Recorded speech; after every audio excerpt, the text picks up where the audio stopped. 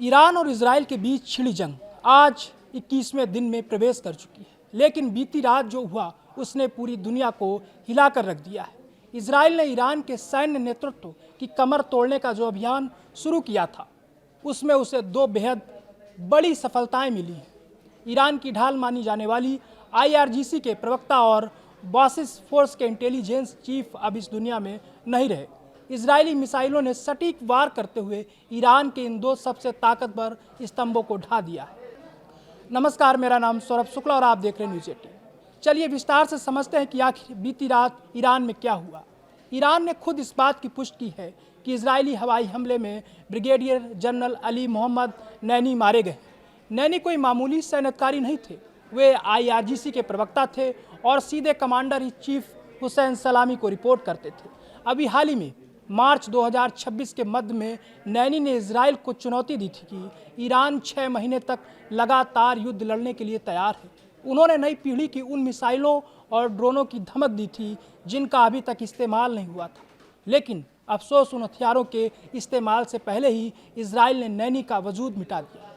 नैनी 1980 के Iran Iraq युद्ध के मंझे हुए सिपाही थे, लेकिन इजराइल की आधुनिक तकनीक के सामने उनकी रणनीति धरी की धरी रह गई। झटका सिर्फ यही खत्म नहीं हुआ, इजराइल का दूसरा बड़ा शिकार बने जनरल इस्माइल अहमदी ईरान की बदनाम बासिस फोर्स के इंटेलिजेंस चीफ यानी खुफिया प्रमुख थे। उनका काम था ईरान के भीतर जासूसी रोकना और वैचारिक निगरानी रखना। बुसर प्रांत के रहने वाले अहमदी को IRGC में एक तेज तर्रार सुरक्षा अधिकारी माना जाता था। उनकी मौत ने ईरान के आंतरिक सुरक्षा तंत्र में एक ऐसा छेद कर दिया है जिसे भरना नामुमकिन लग रहा है। याद रहे, ये हमले तब हो रहे हैं जब ईरान पहले से ही सदमे में है। अभी 3 दिन पहले ही 17 मार्च को ईरान के डी फैक्टो लीडर अली लारजानी की एक हमले में मौत हो गई थी। लारजानी को सर्वोच्च नेता खामनेई के बाद ईरान का अगला चेहरा माना जा रहा था। जब वे अपनी बेटी के घर पर थे, तभी इजरायली स्ट्राइक ने उन्हें और उनके पूरे कुनबे को खत्म कर दिया। यानी पिछले 72 घंटों में ईरान ने अपने सबसे अनुभवी दिमाग और सबसे तेज तर्रार जनरल खो दिए हैं।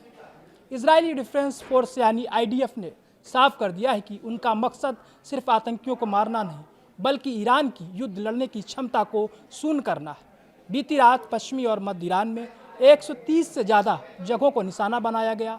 इनमें बैलिस्टिक मिसाइल साइटें, ड्रोन सेंटर और एयर डिफेंस सिस्टम शामिल थे। इजराइल का संदेश साफ है, ईरान का आसमान अब इजरायली वायुसेना की जागीर है। सवाल अब यह है कि क्या ईरान इन हमलों का जवाब देगा या फिर नेतृत्व की कमी के कारण वह बैकफुट पर आ जाएगा, क्योंकि एक तरफ उसके ठिकाने तबाह हो रहे हैं और दूसरी तरफ उसके कमांडर एक एक करके खत्म किए जा रहे हैं। क्या ये महायुद्ध की शुरुआत है या ईरान के घुटने टेकने की?